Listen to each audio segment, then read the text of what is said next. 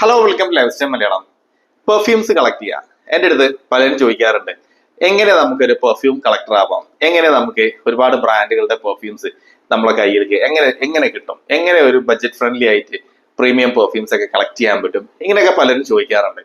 പക്ഷേ ഞാൻ അവരോടൊക്കെ പറയാറുണ്ട്, നിങ്ങൾ പെർഫ്യൂംസ് കളക്ട് ചെയ്യുന്നുണ്ട് എന്നുണ്ടെങ്കിൽ ഇന്ന കാര്യങ്ങൾ നിങ്ങൾ ശ്രദ്ധിക്കണം. അതല്ലാതെ ചാടി കയറി ഒരുപാട് പെർഫ്യൂംസ് വാങ്ങിക്കൊണ്ടുവന്ന് അതല്ലെങ്കിൽ ഒരു ആവശ്യത്തിന്റെ പുറത്ത് ആവശ്യമുള്ളതും ഇല്ലാത്തതെല്ലാം വാങ്ങിച്ചിട്ട് പിന്നീട് ഖേദിക്കേണ്ട ഒരു സിറ്റുവേഷൻസിലേക്ക് പോകരുത് എന്നുള്ളത്. നമ്മൾ എന്തൊരു കളക്ഷൻ ഇറങ്ങിയാലും നമുക്ക് ഒരു താല്പര്യത്തിന്റെ പുറത്താണല്ലോ ഓരോ സംഭവങ്ങൾ നമ്മൾ കളക്ട് ചെയ്യുക. അപ്പോ പെർഫ്യൂംസ് ആണെങ്കിലും എന്ത് കാര്യമാണെങ്കിലും അതങ്ങനെയാണ് വരും. പക്ഷെ അതിൽ നമ്മളൊരു ഇൻട്രസ്റ്റ് കൂടി നോക്കണം. നമുക്ക് ഇപ്പൊ പെർഫ്യൂംസ് എന്ന് പറയുമ്പോൾ അതിലൊരു ഫ്രാഗ്രൻസ് അവിടെ വരുന്നുണ്ട്. സോ ഇത് നമുക്ക് പറ്റിയതാണോ, നമുക്ക് ഇത് പിന്നീട് യൂസ് ചെയ്യാൻ പറ്റുമോ, അതല്ല വെറുതെ ഷോക്കേസിൽ വെക്കാൻ വേണ്ടി മാത്രമായിരിക്കോ ഈ സാധനം ഞാൻ വാങ്ങുന്നത് എന്നുള്ളതൊക്കെ നോക്കിയിട്ട് വേണം പെർഫ്യൂംസ് കളക്ട് ചെയ്യാൻ.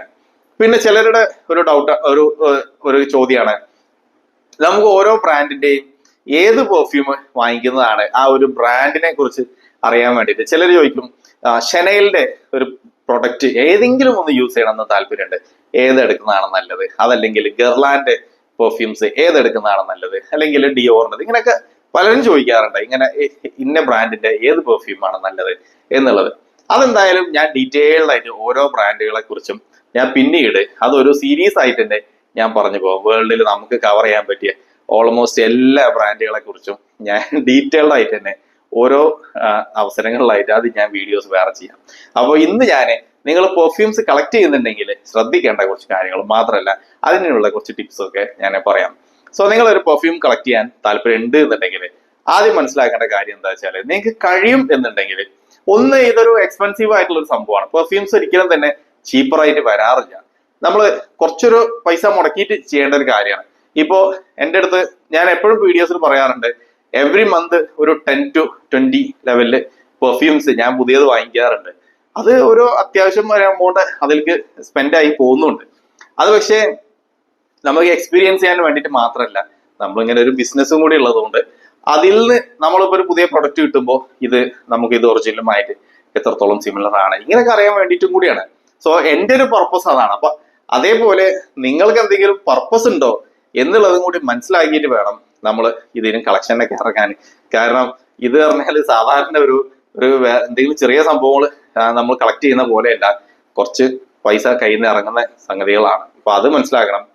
അപ്പോ ഞാൻ പറയാൻ ഉദ്ദേശിച്ച കാര്യം എന്താ വെച്ചാല്, നിങ്ങൾക്ക് ആദ്യം മനസ്സിലാക്കേണ്ടത് ഈ നിങ്ങളുടെ ഒരു ടേസ്റ്റ് എന്താണ് എന്നുള്ളത്, എന്ത് തരം പെർഫ്യൂംസ് ആണ് നമുക്ക് വേണ്ടത് എന്നുള്ളത്. ഞാൻ എപ്പോഴും പറയാറുണ്ട്, അത് ട്രൈ ചെയ്തിട്ട് മാത്രം പെർഫ്യൂംസ് എടുക്കാൻ പാടുള്ളൂ. ഒരു വീഡിയോയിലൂടെ പറഞ്ഞു പോയത് കേട്ടിട്ട് അത് കേട്ട് മാത്രം ഒരു ഡിസിഷൻ എടുക്കേണ്ട ഒരു കാര്യമില്ല. ട്രൈ ചെയ്യുക. ഒന്നെങ്കിൽ ചെറുത് മിനിയേച്ചർ നോക്കുക, അതല്ലാന്നുണ്ടെങ്കിൽ വയൽസ് നോക്കുക. അതും പറ്റുന്നില്ല എന്നുണ്ടെങ്കിൽ എവിടെയെങ്കിലൊക്കെ ബ്രാൻഡഡ് ഔട്ട്ലെറ്റ്സിൽ കയറിയിട്ട് ടെസ്റ്റർ സ്ലിപ്പിൽ ടെസ്റ്റ് ചെയ്യുക, അതിന്റെ പേര് ബാക്കിൽ എഴുതുക, തമ്മിൽ അങ്ങോട്ടും ഇങ്ങോട്ടും തട്ടിക്കാതെ 2 പോക്കറ്റിലൊക്കെ ഇട്ടിട്ട് അങ്ങനെയൊക്കെ സാധനം സ്നിഫ് ചെയ്ത് നോക്കിയിട്ട് നമ്മൾ മനസ്സിലാക്കിയിട്ട് വാങ്ങിച്ചു പോരുക. ഇതൊക്കെയാണ് ചെയ്യേണ്ടത്. പക്ഷെ ഇനി ചിലർ ചോദിക്കുക, എവിടെ നിന്നാണ് ഈ മിനിയേച്ചേഴ്സ് കിട്ടുന്നത്, വയൽസ് കിട്ടുന്നത്? ആക്ച്വലി നമ്മളെ ഇന്ത്യയില് അങ്ങനെ മിനിയേച്ചേഴ്സും വയൽസും ഒന്നും ഒഫീഷ്യലി എവിടെയും ഇറങ്ങുന്നതായിട്ട് കണ്ടിട്ടില്ല. ഇനി ടു സം എക്സ്റ്റെന്റ് നമുക്ക് നൈക്കയിലൊക്കെ നോക്കിയാൽ കാണാൻ പറ്റുന്നുണ്ട്.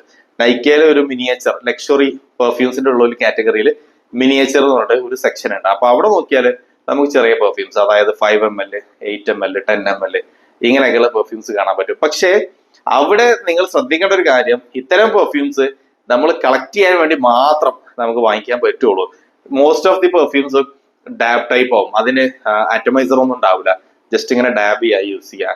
അത് നമ്മൾ കൂടുതലും കണ്ടിട്ടുണ്ടാവുക മെർസൈഡീസ് ബെൻസിന്റെ പെർഫ്യൂംസ്, ഈ ലോക്സിത്താന്റെ പെർഫ്യൂംസ്, അതേപോലെ തന്നെ കരോലിന ഹെരേറിന്റെ പെർഫ്യൂംസ്, വെർസാച്ചേന്റെ പെർഫ്യൂംസ്, ഇതൊക്കെ ഇങ്ങനെ ചെറിയ ഗ്യാപ്പ് ഓപ്പൺ ചെയ്താൽ അങ്ങനെ ഡാബ് ചെയ്ത് യൂസ് ചെയ്യാൻ പറ്റുന്നത് കാണാറുണ്ട്. സോ അത്തരം പെർഫ്യൂംസ് യൂസ് ചെയ്തുകൊണ്ട് നമുക്ക് പ്രത്യേകിച്ച് ബെനിഫിറ്റ് ഒന്നുമില്ല. ഫ്രാഗ്രൻസ് എന്താണെന്ന് അറിയാം, അത്ര മാത്രമേ അതുകൊണ്ട് പറ്റുള്ളൂ. ഒരു സ്പ്രേയർ പോലും ഇല്ല, ആറ്റമൈസർ പോലും ഇല്ലാത്തൊരു സാധനം ആയതുകൊണ്ട് കംപ്ലീറ്റ് ആയിട്ട് അതിന്റെ ഒരു വൈബ് നമുക്ക് മനസ്സിലാക്കാനും പറ്റില്ല. ജസ്റ്റ് നമ്മുടെ ഷെൽഫിൽ ഇങ്ങനെ ഇരുന്നിട്ട് ഇത് എന്റെ കയ്യിലുണ്ട് എന്ന് പറയാൻ വേണ്ടി മാത്രമേ അത്തരം കാര്യങ്ങളെ കൊണ്ട് പറ്റുള്ളൂ. പിന്നീടുള്ളത് വയൽസ് ആണ്. വയൽസ് പറയുമ്പോൾ ചെറിയ 1 ml അല്ലെങ്കിൽ 1.5 ml ഒക്കെ ടെസ്റ്റേഴ്സ്, അതും ഒഫീഷ്യലി ഇവിടെ കാണാറില്ല. നമ്മൾ എന്തെങ്കിലും പെർഫ്യൂംസ് വാങ്ങിക്കുമ്പോൾ അതിന്റെ കൂടെ ഇവർ തരുന്നതാണ് മോസ്റ്റ്ലി കിട്ടാറുള്ളത്. അതല്ലാതെ പിന്നെ അൺഒഫീഷ്യലി വിൽക്കുന്ന കുറെ സൈറ്റുകളുണ്ട്. ചിലതൊക്കെ ജെനുവിനാണ്. ചില സൈറ്റിൽ പൈസ ഇട്ട് കൊടുത്താൽ നമുക്ക് അറിയാൻ പോലും അത് കിട്ടുമോ ചെയ്യുന്നുള്ളതിനെ പറ്റി. അപ്പൊ എന്തായാലും അതൊക്കെ നോക്കിയിട്ട് വാങ്ങിക്കുക. പിന്നെ ഓരോ കമ്പനികളെ കുറിച്ചും നമ്മൾ മനസ്സിലാക്കി വെക്കുക. ഓരോ ബ്രാൻഡുകളുടെയും ഏത് പെർഫ്യൂമാണ് നമുക്ക് വേണ്ടത്. ഒരിക്കലും ഇപ്പൊ ഒരു വളരെ വളരെ പോപ്പുലർ ആയ ഒരു കമ്പനിയുടെ, ഇപ്പൊ ഫോർ എക്സാമ്പിൾ ഷെനൈൽ എന്നുള്ള കമ്പനി, നിങ്ങൾക്ക് ഷെനൈലിന്റെ ഒരു പെർഫ്യൂം വേണം. അപ്പൊ അവിടെ ഒരു ഏറ്റവും പോപ്പുലർ ആയിട്ടുള്ള പെർഫ്യൂംസ് അഥവാ ബ്ലൂഡി ഷെനൈൽ നമ്പർ 5, കോക്കോ മാഡ്മോയ്സൽ, ഷെനൈൽ അല്യൂർ ഹോം സ്പോട്ട്, ഇങ്ങനെയൊക്കെയുള്ള സാധനങ്ങൾ ഇതിൽ നിന്നൊക്കെ നോക്കിയിട്ട് നിങ്ങൾക്ക് ഏതാണ് വേണ്ടത് എന്ന് വെച്ചിട്ട് അത് മനസ്സിലാക്കിയിട്ട് വാങ്ങിക്കുക. അതല്ലാതെ ഏതെങ്കിലും ഒട്ടും കേട്ടുകേൾവിയില്ലാത്ത എന്തെങ്കിലും സാധനം പോയിട്ട് എടുത്തിട്ട്, അല്ലെങ്കിൽ ലിമിറ്റഡ് എഡിഷൻ സാധനങ്ങൾ ചിലപ്പോൾ വേണ്ടത്ര ക്ലിക്ക് ആവാതെ പോയതൊക്കെ ഉണ്ടാവും. അത് ആരുടെയെങ്കിലും കയ്യിലൊക്കെ ഏതെങ്കിലും ഷോപ്പിൽ എവിടെയെങ്കിലും ഇരിക്കുന്നുണ്ടെങ്കിൽ അത് ചെറിയ പ്രൈസിനൊന്നും അതൊന്നും വാങ്ങിക്കൊണ്ടുവരരുത്. എപ്പോഴും ശ്രദ്ധിക്കേണ്ടത് ഇവരുടെ ഏറ്റവും ടോപ്പ് സെല്ലേഴ്സ് ആയിട്ടുള്ള പെർഫ്യൂംസ് ഏതെങ്കിലുമൊക്കെ ഉണ്ടെങ്കിൽ അത് നോക്കിയിട്ട് എടുക്കുക. ഈ ടോപ്പ് സെല്ലേഴ്സ് എന്ന് പറയുമ്പോൾ ഇത് ടോപ്പ് സെല്ലർ ആവാൻ ഒരു കാരണം ഉണ്ടല്ലോ. അപ്പൊ ആ കാരണം തന്നെയാണ് ആ പ്രൊഡക്റ്റിന്റെ സക്സസിന്റെ ബാക്കിലും. അത് മനസ്സിലാക്കുക. അപ്പൊ അങ്ങനെ നമുക്ക് പറയാൻ പറ്റിയ കുറച്ച് പെർഫ്യൂംസ് ഏതാണെന്ന് വെച്ചാൽ, ഷെനൈലിലാണെങ്കിൽ ഞാൻ ഓൾറെഡി പറഞ്ഞു, ഒന്ന് ബ്ലൂഡി ഷെനൈൽ, വേൾഡിലെ ടോപ്പ് സെല്ലിംഗ് മാൻലി പെർഫ്യൂം ആണ് ബ്ലൂഡി ഷെനൈൽ നമ്പർ 5 വേൾഡിലെ ടോപ്പ് സെല്ലിംഗ് പെർഫ്യൂം ആണത്. എത്രയോ നാളായിട്ട് ഷെനൈൽ നമ്പർ 5ന്റെ കുത്തക ആർക്കും തറക്കാൻ പറ്റിയില്ല. അതേപോലെ തന്നെ ഷെനൈൽ അല്യൂർ ഹോം സ്പോട്ട്, ഷെനൈൽ പ്ലാറ്റിനം ഈഗോയിസ്റ്റ്, ഇങ്ങനെയൊക്കെയുള്ള സാധനങ്ങളൊക്കെ ഷെനൈലിൽ നമുക്ക് വാങ്ങാൻ പറ്റും. മാഡമോയ്സൽ, ഇതൊക്കെ. അതേപോലെ തന്നെ നിങ്ങൾ ഒരു കാര്യം മനസ്സിലാക്കണം, നമ്മൾ ഈ ഫ്രഞ്ച് പെർഫ്യൂംസ് എന്ന് പറയുമ്പോൾ അതെല്ലാം ഫ്രാൻസിൽ നിന്ന് വരുന്നതാണെന്ന് കരുതരുത്. ഫ്രാൻസിൽ നിന്ന് വരുന്ന ഷെനൈൽ, ഡിയോർ, ഗർലാൻ, YSL, എർമസ്, ഇതൊക്കെ ഫ്രാൻസിൽ നിന്ന് വരുന്ന വലിയ ബ്രാൻഡുകളാണ്. അതേപോലെ തന്നെ ഇറ്റലിയിൽ നിന്ന് വരുന്നുണ്ട്, സ്പെയിനിൽ നിന്ന് വരുന്നതുണ്ട്, UK നിന്ന് വരുന്നതൊക്കെ ഉണ്ട്. ഇപ്പോ ജോ മെലോണ്, ക്രീഡ്, പെൻഹാലിഗൺ, ഇതൊക്കെ ബ്രിട്ടീഷ് ബ്രാൻഡുകളാണ്. അപ്പൊ അത് നമ്മൾ മനസ്സിലാക്കണം, എല്ലാം ഫ്രാൻസിൽ നിന്ന് വരുന്ന സാധനങ്ങളല്ല.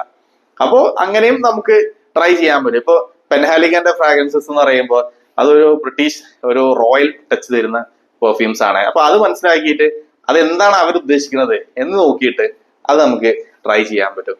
അതേപോലെ തന്നെ ഗൂച്ചി വേൾഡിലെ ഏറ്റവും, നമ്മളൊരു ടോപ്പ് 5 എടുത്താൽ അതിൽ വരുന്ന ഒരു ലക്ഷറി ബ്രാൻഡാണ്, ഇറ്റാലിയൻ ബ്രാൻഡാണ്.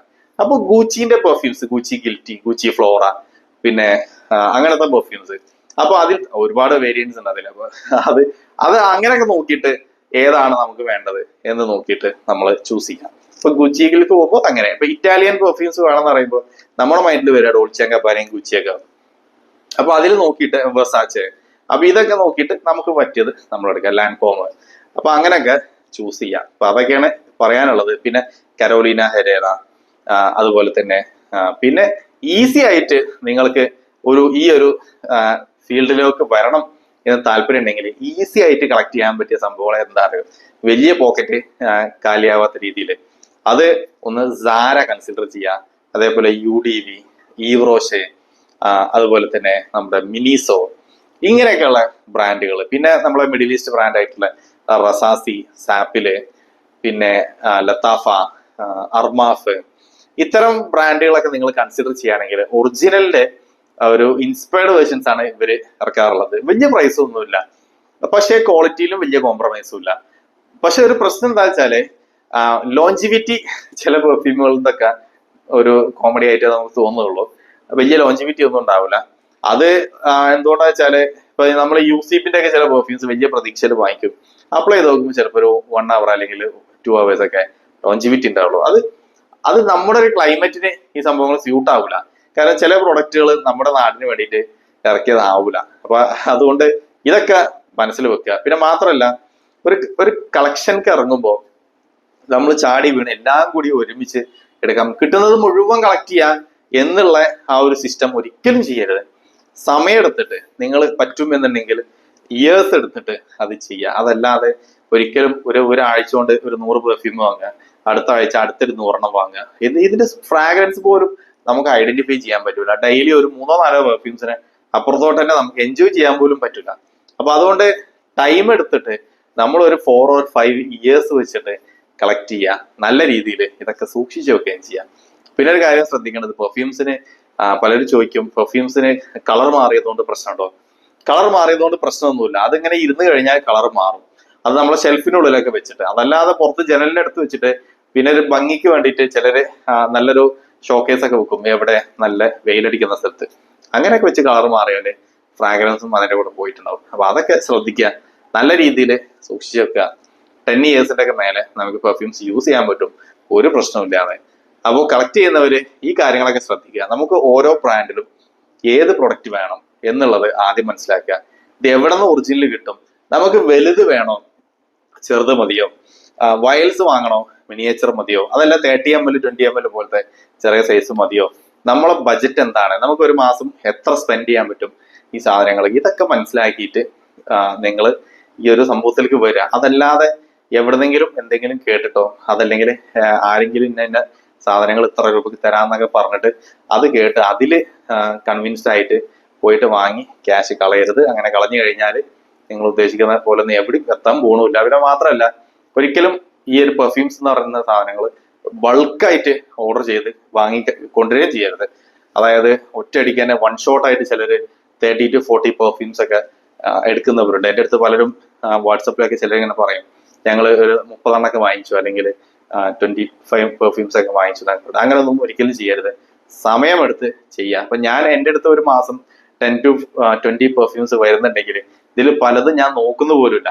ചിലപ്പോൾ അടുത്ത മാസമായിരിക്കും, ചിലപ്പോൾ നെക്സ്റ്റ് ഇയറിലായിരിക്കും അങ്ങനെ ഒരു സംഭവത്തിനെ പറ്റി ചിന്തിക്കുക. നമുക്ക് ആവശ്യമുള്ളതാണെങ്കിൽ അത് ആദ്യം നോക്കും, അല്ലാത്തതൊക്കെ 1 ഇയർ കഴിഞ്ഞിട്ടോ അല്ലെങ്കിൽ 6 months കഴിഞ്ഞിട്ടൊക്കെ എടുത്തു നോക്കുള്ളൂ. കാരണം നമുക്ക് അങ്ങനെ ജസ്റ്റ് കളക്ട് ചെയ്തിടുക. പിന്നെ ശ്രദ്ധിക്കേണ്ട ഒരു കാര്യം, ചില സാധനങ്ങൾ ചില ഓഫറിലൊക്കെ കാണുമ്പോൾ വേഗം വാങ്ങിയ കയ്യിൽ നമ്മൾ അത് കരസ്ഥമാക്കുക എന്നുള്ളതാണ്.